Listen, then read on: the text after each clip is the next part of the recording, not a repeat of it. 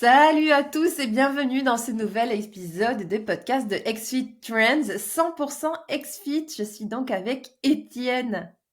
Salut, salut, comment ça va? Ça va très bien et Ça toi? fait longtemps. Ben, c'est très bien, ça fait longtemps que je suis venu sur nos podcasts.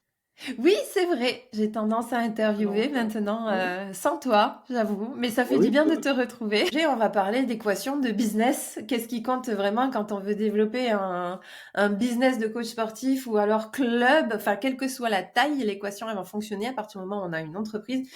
Et c'est vrai que ça s'est articulé un peu tout seul suite à un sondage que tu avais envoyé, je crois, Oui. où en fait on demandait qu'est-ce qui était important pour les coachs, pour les professionnels de l'activité physique, dans quoi XFIT pouvait les aider, et ils ont répondu trouver de nouveaux clients. Énormément. C'est la proportion, je me souviens plus, là, mais une grande proportion répondait que leur prochain enjeu de 2025, c'était de trouver des nouveaux clients, effectivement. Qui fait écho, malgré tout, à beaucoup de commentaires qu'on reçoit constamment quand on parle avec l'industrie. C'est souvent là, de trouver des nouveaux clients qui est leur plus grand enjeu ou leur plus grand stress, plus grande occupation. Oui, et puis on en a beaucoup parlé tous les deux. En fait, trouver des nouveaux clients, c'est un petit peu comme le haut de l'iceberg dans une équation de business, où en fait, c'est peut-être ce qu'on voit le plus facilement, qu'on perçoit le plus facilement, c'est-à-dire un nouveau client qui rentre, c'est un plus un tout de suite. Euh, Sauf que dans l'équation business, et c'est pour ça d'ailleurs qu'on a beaucoup réfléchi à cette équation business et le vrai objectif derrière cet objectif de trouver des nouveaux clients, c'est quoi? Eh bien, le véritable objectif, c'est en fait d'avoir un business qui tourne. Et de toujours mieux, entre guillemets, ce qu'on veut, si on souhaite une croissance selon nos objectifs. Et en effet, un business qui tourne, en fait, c'est un niveau de revenu qui grandit. Donc, Exact. et le revenu qui grandit, lui, c'est pas juste le nombre de nouveaux clients qui rentrent. Ça va en faire partie, mais c'est pas que ça. Et sur les réseaux sociaux, on voit beaucoup de contenu de pseudo-coach business qui disent moi, j'ai la super technique pour attirer des nouveaux clients, attirer des nouveaux clients, attirer des nouveaux clients. Je vais pas le dire encore 15 fois, mais en gros, c'est ça qu'on C'est croise bon. tout le temps. Alors qu'en réalité, attirer des nouveaux clients, ok, il en faut, bien sûr. Ouais. Mais en réalité, ben, garder les clients, vendre aux clients existants. Voilà, Ah, c'est aussi exact. d'autres actions business. On a souvent l'impression que les clients perdus aussi sont hors de notre contrôle. On a souvent l'impression qu'on peut rien faire à un client qui nous quitte, quand c'est très souvent faux en tant que tel. Donc souvent, c'est qu'on ne se remet pas en question la qualité de notre service ou le type de service qu'on offre ou les différentes offres qu'on a. Mais très souvent, ce qui fait qu'on ne s'attaque pas au client perdu, c'est qu'on se dit, il a déménagé, je ne pouvais plus le servir. Ou il n'y avait plus l'argent, donc je ne pouvais plus le servir. Ça va toujours, on va toujours mettre une raison externe au départ du client. Donc, ce n'est pas quelque chose qu'on peut toucher. Donc, on se concentre sur l'augmentation de clients. Aussi. Bref. Et là, c'est encore un autre sujet de justement se poser la question sur l'évolution de l'offre pour pouvoir justement Ouais. répondre à ces objections qui font que les clients s'en vont à un moment donné. Et puis ce point-là C'est même, un autre sujet. on l'a même pas documenté dans cette fameuse équation. Non. Et pour remettre en contexte cet enregistrement du podcast, c'est qu'on a rédigé du coup un article pour le magazine Fitness Challenge qu'on a appelé l'équation magique des clubs fructueux. En fait, c'est l'équation magique du business fructueux dans l'activité physique au sens vraiment large, il faut le voir comme ça. Et donc, on a établi les 4 paramètres qui sont derrière justement la croissance de revenus. Et puis, c'est carrément ça qu'on va exposer aujourd'hui, hein. C'est Exact. carrément le contenu de cet article, mais plutôt sous format de podcast, format audio. Et, euh, et puis, du coup, bah, pour démarrer, déjà, on va parler de cette fameuse équation de la croissance. Toi, de toute façon, Étienne, tu gères aussi une entreprise. C'est la même Oui, équation de croissance pour toute quand même. entreprise. Quelle est ta vision de l'équation de la croissance d'une entreprise? La vision globale, c'est que c'est l'élément qu'il faut faire le plus attention et surtout qu'il faut le découper pour essayer d'améliorer chaque élément de l'équation. Et je pense que c'est là la clé, dans le sens où on peut jamais jouer sur un seul de tous les éléments de l'équation pour obtenir une croissance. Surtout que souvent, chaque élément dans l'équation sont interreliés. Si je fais rentrer plus de leads, prospects, je vais souvent avoir un plus haut taux de désabonnement parce que je rentre des personnes moins qualifiées, moins prêtes. Donc, mon point, c'est juste, souvent, sont interreliés. Mais l'équation, ben, on peut la dire, on l'a dit, l'équation, donc, on a un peu, vous allez vous y reconnaître, hein, est identique, un classique, mais l'équation, c'est des nouveaux clients moins clients perdus. Donc, on parle ici de clients nets. Vous avez beau gagner 5 clients, si vous en avez perdu 5 le mois dernier, vous êtes toujours égal. Donc, client net fois le panier moyen, donc le dollar moyen, l'euro moyen de vos clients, plus les upsells, donc les gens qui achètent quelque chose de supplémentaire. Ça, c'est l'équation d'une entreprise. Exact. Et du coup, ça fait 4 paramètres. Exact. Voilà. Et comme tu dis, c'est l'équation business, c'est 4 paramètres. Il faut les voir comme des paramètres sur lesquels on peut agir indépendamment, sauf qu'en fait, ce sont des vases communicants. Donc, de toute façon, il faut avoir des actions qui sont dirigées vers chacun de ces paramètres. Et Exact. bah, typiquement, se dire je dois juste avoir des nouveaux clients, ça sert à rien si on ne fait que se dire je dois avoir des nouveaux clients. Exact, exact. Ça sert à rien de faire rentrer 100 clients cette semaine si on en perd 250 la semaine prochaine. Donc, c'est vraiment inutile. Donc, il faut vraiment réfléchir intelligemment à chaque paramètre de l'équation pour obtenir des prospects qui restent, pour garder les clients en place, pour leur charger le maximum du panier possible et pour trouver des axes d'upsell en arrière. Exactement. Et puis, comme tu disais au début, s'assurer de la satisfaction, de l'adéquation de son offre avec le profil de ses clients permet de les garder plus longtemps. Et on sait que le coût d'acquisition d'un nouveau client est 7 fois supérieur au Ouais, coût de fidélisation d'un client en ouais, place. exact. Donc, on va énormément réduire les coûts en plus. On s'attarde à la satisfaction et à la fidélisation des clients qu'on a déjà.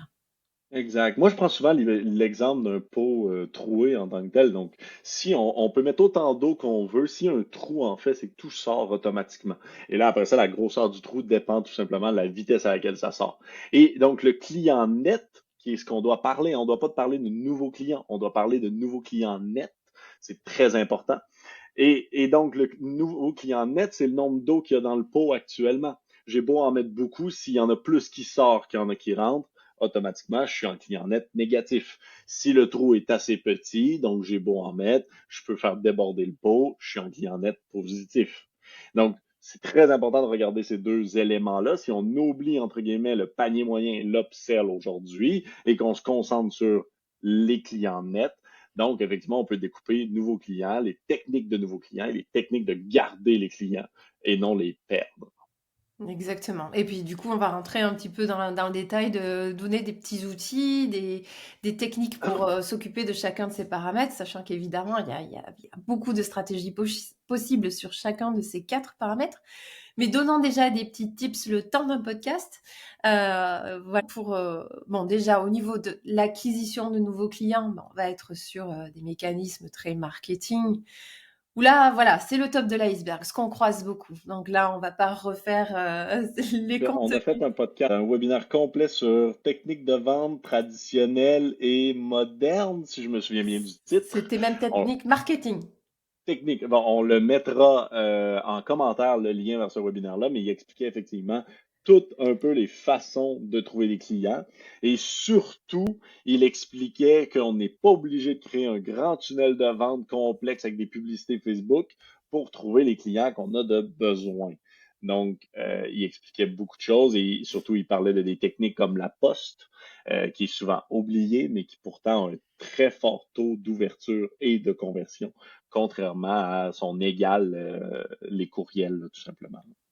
Oui, et puis c'est vrai que le gros sujet dans ce webinaire-là, c'était de dire aussi, vous aimez pas les réseaux sociaux, vous n'êtes pas obligé d'en faire.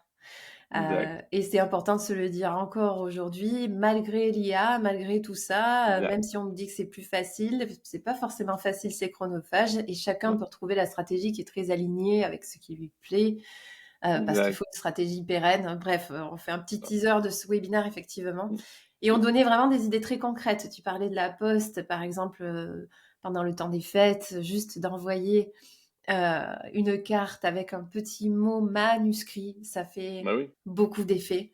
clair. Voilà, rien que ça. Mm, Donc bref, plein de petites choses comme ça qui sont du marketing pour voilà, acquérir vraiment de la nouvelle clientèle.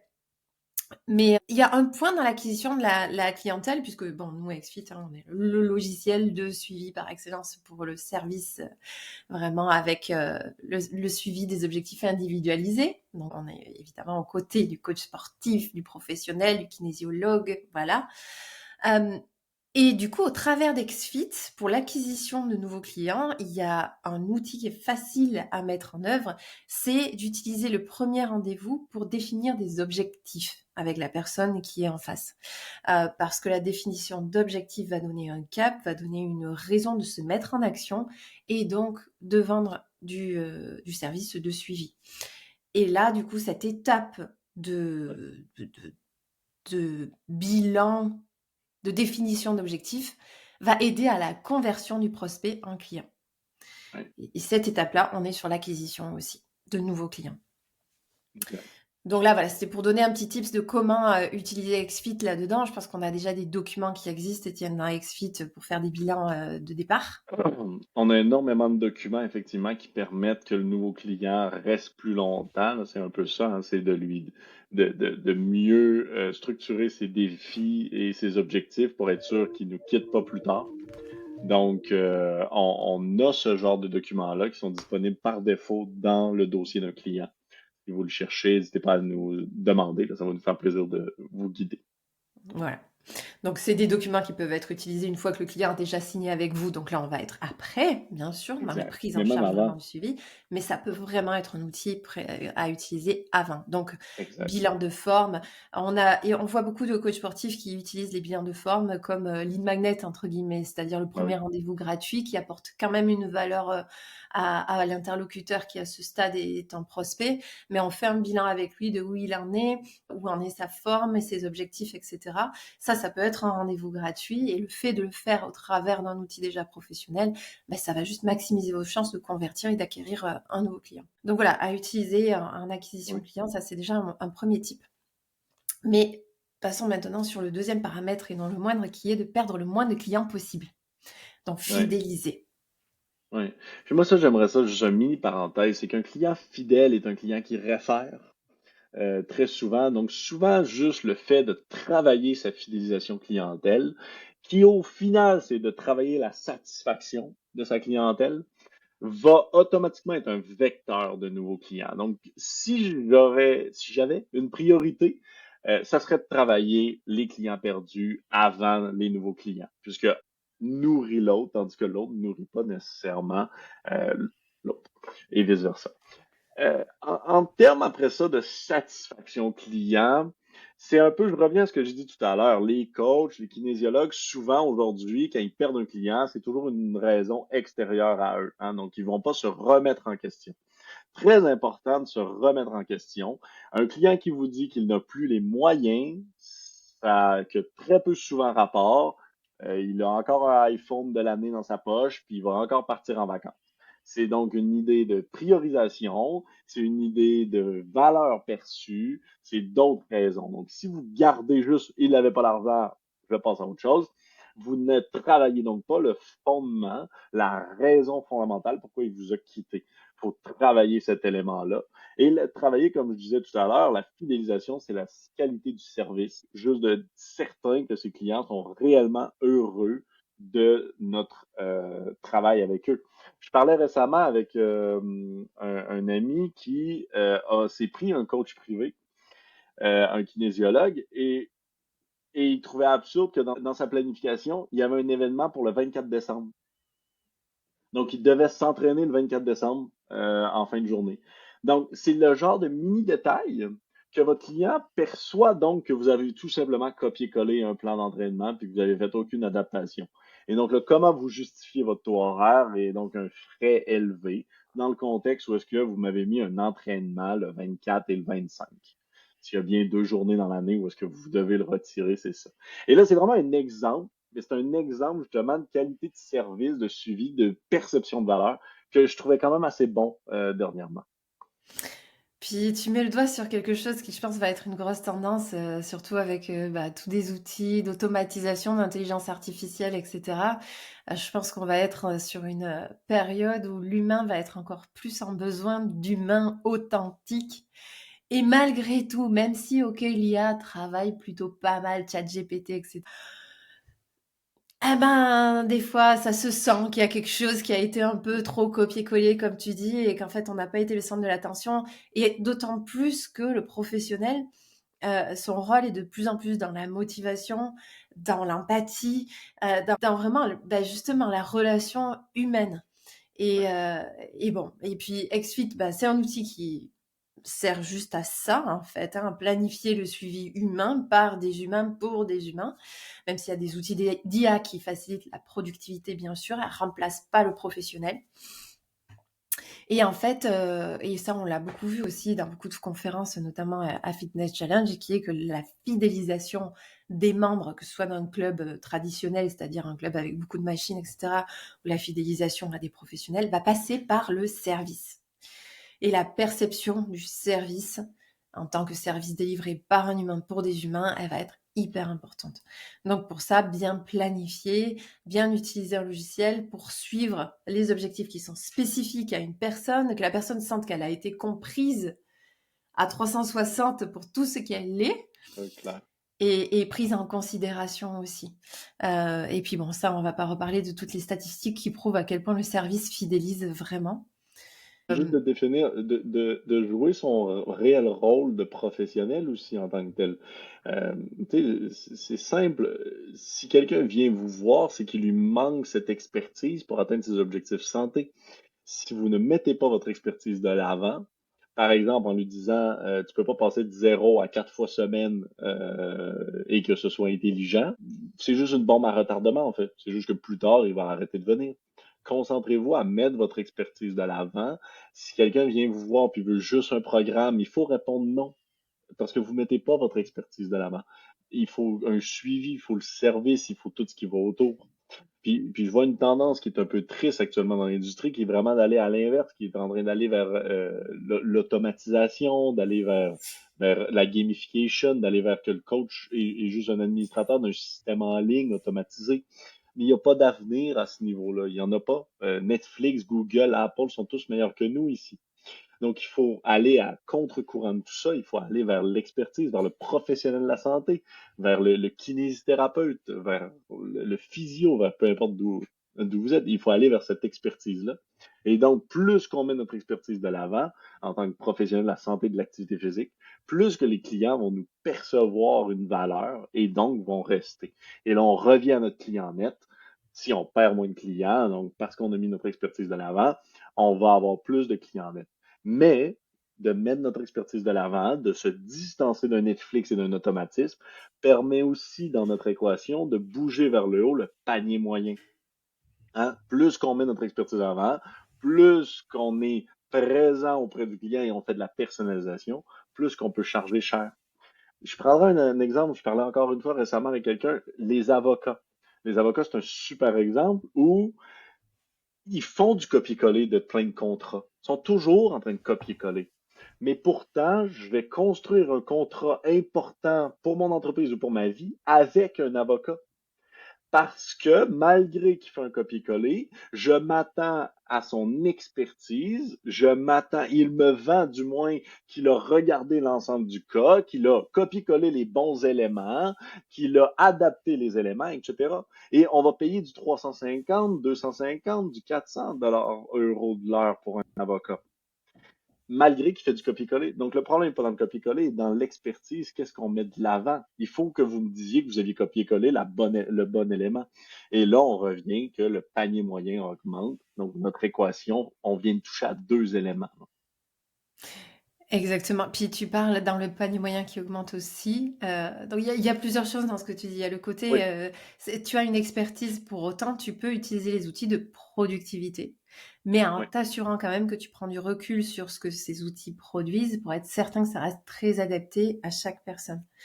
exact. Voilà. Et ça, je pense que c'est l'erreur à pas faire avec tous ces produits d'IA, etc., c'est de juste copier-coller sans se reposer vraiment sur, OK, c'est comme si un stagiaire avait rédigé quelque chose et je dois évaluer ce que le stagiaire vient de me livrer Exact. au regard de la situation personnelle. Et donc, c'est OK d'être plus productif pour accompagner plus de gens, justement, dans un accompagnement très individualisé en ayant ce regard-là. Ouais, Et donc, dans l'augmentation du prix des services, je te rejoins, c'est le service qui va faire que, et l'expertise qui va faire qu'on peut vendre le panier moyen plus haut. Mais encore faut-il qu'elle soit vraiment perçue, la valeur. ouais, Et c'est là où un outil, comme XSuite par exemple, peut faciliter la perception de la valeur de l'intervention du professionnel. Alors il y a plein de fonctionnalités derrière ce que je viens de dire, mais notamment au travers de graphiques, de choses comme ça, de suivi de données, l'expertise reste la même, mais le fait d'avoir un outil qui permet de visualiser, de concrétiser, de rendre oui, concret, tangible les ouais, résultats. Là, on va percevoir du coup encore mieux la valeur et c'est là aussi où le panier moyen va être aidé et va être supérieur. exact. Voilà, donc c'est effectivement, voilà, il faut aligner vraiment la valeur perçue en étant Ouais, aligné avec l'image de professionnel et les bénéfices de la transformation. exact. Et il y a aussi un dernier tips pour ce panier moyen, c'est justement d'arriver à vendre une transformation.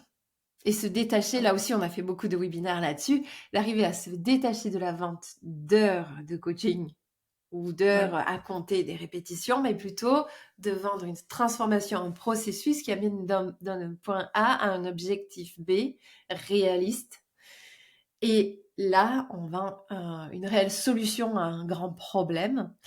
Et en vendant la transformation aussi, on voit beaucoup de coachs qui ont de plus en plus adopté cette vente au forfait, qui arrivent à ouais. développer une entreprise pérenne sur la vente de transformation. Effectivement, donc c'est assurément plus important d'être hors du temps aussi, juste pour la stabilité là, de vos tarifs, de vos revenus, assurément. Là. Et donc le dernier paramètre, puisqu'on en a déjà abordé Oui, 3, le quatrième, c'est l'upsell. oui. L'upsell, c'est large. Ça peut être beaucoup de choses. Donc, ça peut être autant, moi je le vois quand même, autant augmenter le panier moyen, le upsell peut être aussi juste le fait d'avoir des paniers moyens différents, donc d'avoir des forfaits différents ou des types de services différents. Dans le cas d'un gym, ça peut être des upsells très connexes, ne serait-ce qu'un test InBody pour notre partenaire et InBody présent qui nous écoute sûrement. Le upsell, ça peut être beaucoup de choses. Moi, je dis souvent au niveau d'un coach, ça peut être une montre connectée. Donc, un service où est-ce que vous allez offrir la montre connectée à votre client plus tôt. Donc, dans un package d'upsell qui vous permet donc par la suite d'avoir un revenu moyen supplémentaire et de fournir même un meilleur service. Donc là, on retouche à client perdu. Ça peut être beaucoup de choses. Je sais pas, toi, as-tu des idées par rapport au upsell pour les coachs? Pour avoir fait un podcast il n'y a pas si longtemps avec Gary Babo, il m'a OK? partagé d'ailleurs un upsell que lui, en fait, il a élaboré, et ça peut être une idée, donc des forfaits. Donc, il s'est dissocié de l'heure, mais il a 3 niveaux de forfaits différents. Et donc, il peut y avoir un forfait d'entrée, puis un milieu de gamme et un haut de gamme. Donc, la clientèle peut évoluer et Ouais, upseller d'un forfait basique à un forfait supérieur parce que le besoin évolue. Parce que sur le forfait supérieur, il me semble que, par exemple, il va accompagner ses clients à aller faire les courses et à évaluer les valeurs nutritionnelles de tout ce qu'ils envisagent à acheter. Et voilà, il va vraiment être sur un service très VIP pour amener des transformations profondes des habitudes de vie. ouais, Là où le forfait basique va plus être, je dis n'importe quoi, c'est pas ça qu'il m'a dit, mais ça peut être très bien forfait, des cours de groupe du mois, enfin ouais, bref, voilà. Ou alors exact. pour une salle de sport qui par exemple a un forfait vraiment machine, accès aux machines, bah, l'upsell va être de vendre du service d'accompagnement par un personal trainer, Exact, etc. Donc là, exact. évidemment, on garde le même nombre de clients mais on fait des ventes additionnelles sur les clients. Là, ce qu'il y a derrière les actions qui peuvent être mises en œuvre, c'est ce qu'on appelle le marketing direct à la clientèle. Ouais, Donc voilà, il suffit de développer et avoir des idées d'offres. Et là, sky is the limit. Il faut juste être ouais, créatif à avoir des offres qui peuvent être intéressantes pour la clientèle. Et ensuite, de mettre en place des actions dirigées vers la base de données des contacts de clients ouais, pour upseller simplement au niveau des clients. Donc ça, évidemment, ouais. ça va juste contribuer à faire grossir le noyau dur des clients. Ouais. Clair. Moi, en gros, c'est super simple, là. Les premières années ou avant d'arriver à 20 clients, c'est 80-20. Travaillez 80% les clients perdus, 20% les nouveaux clients. Faites rien avec le reste. Panier moyen, upsell, mettez des chiffres comme vous voulez, on s'en fout. Une fois que vous êtes rendu à 20 clients, là, vous pouvez tomber sur comme un 40. C'est tout. Et ça, ben, ça fait beaucoup de dommages quand même sur le long terme. Beaucoup de dommages dans le sens beaucoup de résultats sur le long terme. Et une question que je voulais te poser, Étienne, parce que nous, on croise beaucoup de coachs qui nous disent, ah bah ça a pas marché, hein, on en croise énormément, mais le ça a pas marché, il est très relatif justement à ce que tu dis. En fait, si on se consacre vraiment à quelque chose, les chances sont très fortes que ça marche. Et Exact. se consacrer à quelque chose, c'est justement se poser les questions que tu te dis et pas être trop pressé non plus. Parce que bien Exact. écouter la réponse de ses clients, la réponse d'un marché, la pétence, on teste des offres, on teste des façons de pitcher son offre. Et puis, il faut vraiment être à l'écoute de ce qui marche et ce qui marche pas, être prêt à réajuster. Et ça, ben, Et ça prend du vouloir, temps. et vouloir fondamentalement aider les clients. Hmm. Une entreprise, c'est quelque chose, c'est un service qui règle un problème. C'est pas une entreprise, c'est pas une machine à trouver des nouveaux clients. C'est à régler des problèmes. Donc, concentrez-vous à régler un problème pour votre clientèle, puis automatiquement, le reste suit beaucoup plus qu'on le croit. Mais souvent, les nouveaux coachs qui nous disent que leur projet fonctionne pas, c'est qu'en fait, depuis le début, ils sont concentrés à faire rentrer de l'argent et à trouver des nouveaux clients. Mais donc, ils règlent aucun problème réel, puis les prix et le discours n'est pas du tout autour de régler un problème. Régler un problème, le reste y suit. Et régler un problème, je reviens, c'est du service, c'est de la fidélisation, c'est de travailler sur les clients perdus. On veut régler un problème. C'est ça une entreprise. C'est pas sorcier une entreprise. Ça règle des problèmes. Et Étienne, toi qui as une entreprise du coup qui a 10 ans maintenant, puisqu'on a fêté les 10 ans, On euh, règle des problèmes. on règle des problèmes, mais quel temps il faut se donner? Moi, j'ai la perception que les gens, en général, hein, c'est international, c'est pas que les coachs, il faut pas se flageller, la vie est comme ça à cause des réseaux sociaux, entre autres, puis du swipe, swipe, swipe. Clair.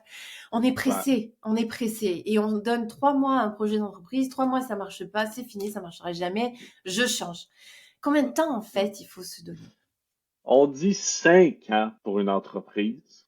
Mais coach, on peut vraiment quand même réduire ça. On peut dire au moins 2 ans pour arriver à un moment, pas où est-ce que vous faites 500 000 par année, mais à un moment où vous êtes stable et que vous pouvez dire, bon, j'en vis. Maintenant, où est-ce que je m'en vais par la suite? Et ça, pour moi, c'est 20-30 clients. Vous trouvez ça en 1 an, 2 ans, en vous concentrant sur les bonnes choses. Si actuellement vous êtes concentré à créer des tunnels de vente, puis des publicités Facebook, puis un site web, vous n'êtes pas en train de vous concentrer sur régler les bonnes choses. Régler des problèmes, ça veut dire directement avec des clients potentiels, leur proposer des entraînés, de les aider, de régler leurs problèmes de genoux, peu importe ce en quoi vous vous ciblez spécifiquement. Mais c'est ça que ça veut dire. Si vous vous concentrez là-dessus pendant 1 an, vous aurez comme 20-30 clients. Et là, ça fait une bonne base pour démarrer, continuer, voir si vous continuez, etc. Mais au moins, souvent, hein, après 3 mois, c'est qu'il y a 0 client encore dans le tunnel de vente parfait qu'ils ont créé. Et là, donc, effectivement, ils arrêtent parce qu'il faut payer le logement là, demain. Tandis que si on se concentre sur la bonne chose, après 1 an, 2 ans, au moins on est capable de payer le logement et l'épicerie. On est dans une meilleure posture pour réfléchir à une croissance, à des tunnels de vente ou à d'autres réflexions comme ça, là.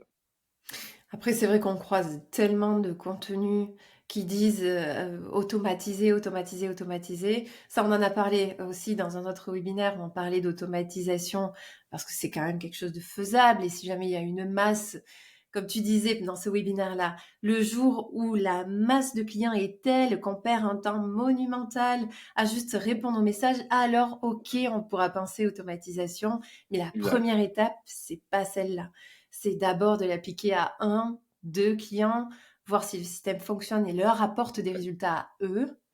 Exact. Et ensuite, le généraliser. Et ensuite, avec la masse, voir s'il y a besoin d'automatiser. Mais que surtout, l'automatisation, ce soit pas le réflexe premier quand on démarre une entreprise. On ne démarre pas en automatisant quelque chose.